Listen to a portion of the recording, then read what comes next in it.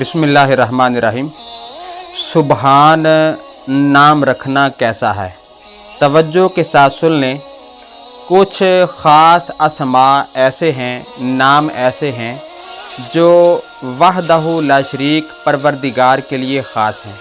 ایسے نام کسی بندے کے لیے رکھنا جائز نہیں۔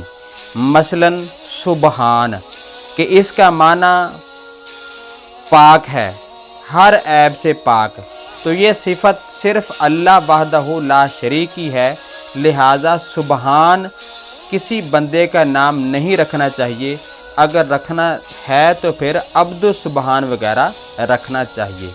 اسی طرح رحمان، کیونکہ جس طرح عبداللہ کو ہم اللہ نہیں کہہ سکتے، اسی طرح عبد الرحمن کو ہم رحمان نہیں کہہ سکتے، کیونکہ یہ ایسا نام ہے اللہ تعالیٰ کا کہ یہ نام ہمارے نبی پاک صلی اللہ تعالیٰ علیہ وسلم کے لیے بھی کسی حدیث میں، قرآن کی آیت میں استعمال نہیں کیا گیا، لہٰذا کسی بندے کو رحمان پکار کے نہیں بولنا چاہیے، جب بھی پکارو عبد الرحمن پکارنا چاہیے۔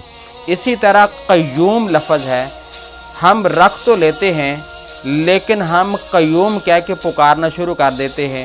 قیوم کا مطلب ہمیشہ قائم رہنے والا، ہمیشہ زندہ رہنے والا، تو یہ صفت اور کوالٹی صرف پروردگار وحدہ لا شریک کی ہے، لہٰذا عبد القیوم نام پکارنا چاہیے۔ اسی طرح رزاق یعنی رزق دینے والا، وہ صرف اللہ کی ذات ہے، یہ نام بھی نہیں پکارنا چاہیے، اگر رکھنا ہے تو عبد الرزاق رکھنا ہے۔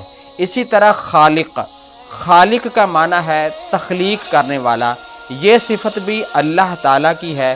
اکثر شعراء شاعری میں یہ لفظ کہہ دیتے ہیں کہ یہ غزل میری تخلیق ہے، یہ لفظ نہیں بولنا چاہیے۔ تخلیق کرنا یہ صرف ایسا فعل ہے جو وحدہ لا شریک پروردگار کے ساتھ خاص ہے، لہٰذا خالق بھی نہیں کہہ سکتے۔ جب بھی کہنا ہے کسی بندے کو عبد الخالق کہہ کر پکارنا ہے۔